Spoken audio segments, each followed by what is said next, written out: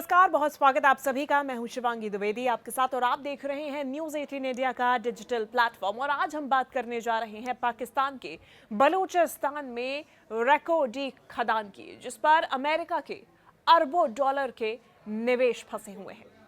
राष्ट्रपति Donald Trump का project vault park के खजाने पर नजर गड़ा रहा है, लेकिन इसके पीछे चीन को टक्कर देने की रणनीति है। खजाने पर ट्रंप की नजर क्यों है, चलिए सबसे पहले ये जान लेते हैं। दुनिया का सबसे बड़ा सोना और तांबा भंडार पाकिस्तान के बलूचिस्तान में छिपा हुआ है। रेको-डी खदान में अनुमानित 5.9 बिलियन टन अयस्क है, जिसमें से 41.5 मिलियन ऑन्स सोना और भारी तांबा भंडार है। अमेरिका ने यहां $1.3 बिलियन निवेश करने का ऐलान कर दिया है। ये जो निवेश है, ये ट्रंप के प्रोजेक्ट वॉल्ट का हिस्सा है, जो कि 2 फरवरी 2026 को लॉन्च हुआ। यूएस एग्जिम बैंक के जरिए $10 बिलियन का प्रोजेक्ट रेयर अर्थ मिनरल्स की सप्लाई चेन को चीन से दूर करेगा। रेको-डी अमेरिका का इकलौता विदेशी निवेश है। रेको-डी खदान आखिर है क्या, सबसे पहले चलिए ये जान लीजिए। रेको-डी बलूचिस्तान के चागई जिले में अफगानिस्तान सीमा के पास स्थित है। ये ज्वालामुखी चेन का हिस्सा है, जहां 5.9 अरब टन अयस्क यानी कि इसमें 0.141% तांबा और सोना भरा हुआ है।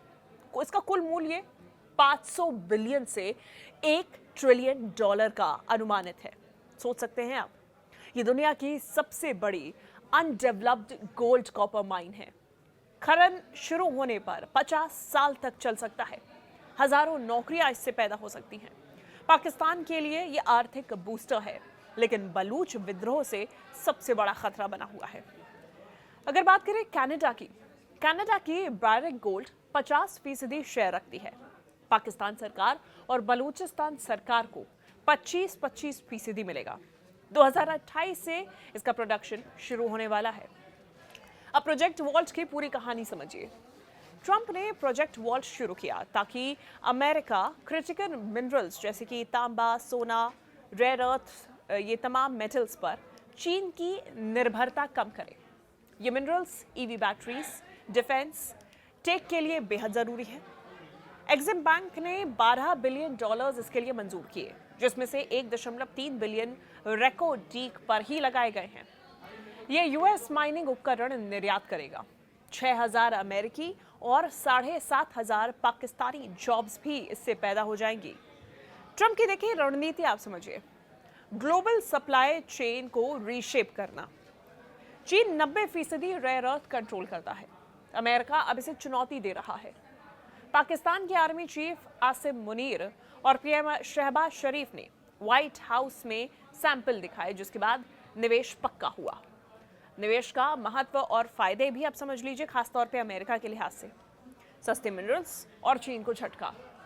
पाकिस्तान के लिए $7 बिलियन प्रोजेक्ट से राजस्व, नौकरियां, इसका विकास होगा।